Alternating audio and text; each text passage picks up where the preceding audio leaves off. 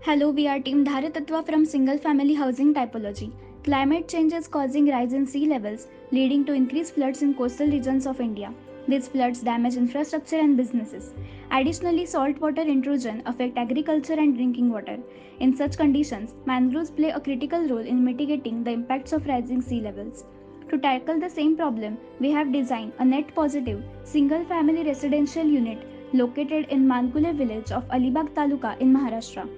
This region belongs to warm and humid climatic zone.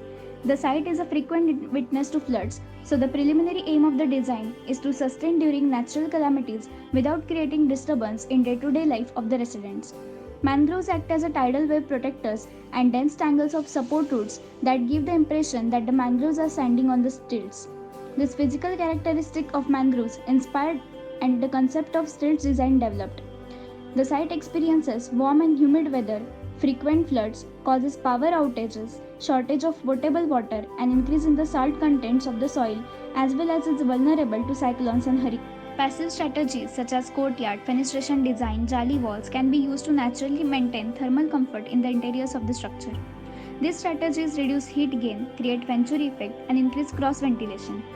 Stilt houses are built above earth to escape flood, pest, and vermin risk.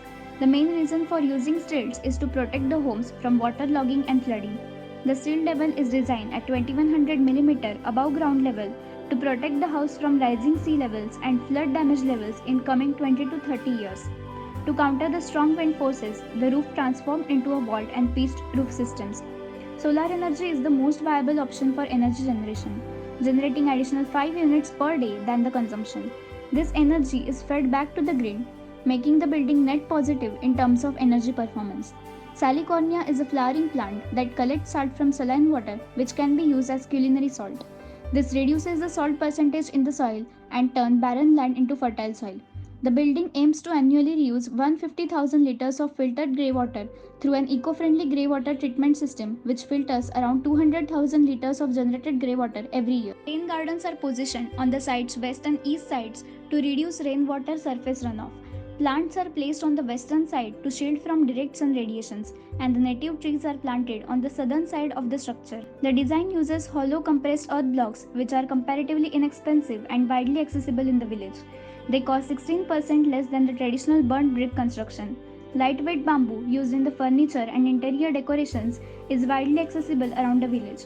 Oxide flooring is a cost-saving option. They are anticipated to get smoother and shinier over time, which help reduce their maintenance cost. The innovative app provides real-time data reports on electricity generation and other building services, alerting users to maintenance and saving energy. It also informs users of the many services available and how they work to reduce overall energy use. This prototype module will aid in minimizing the loss of life and property caused by floods in the coastal zone. The technique used to purify water and reduce its salinity can become a modular option for India's coastal regions as a whole.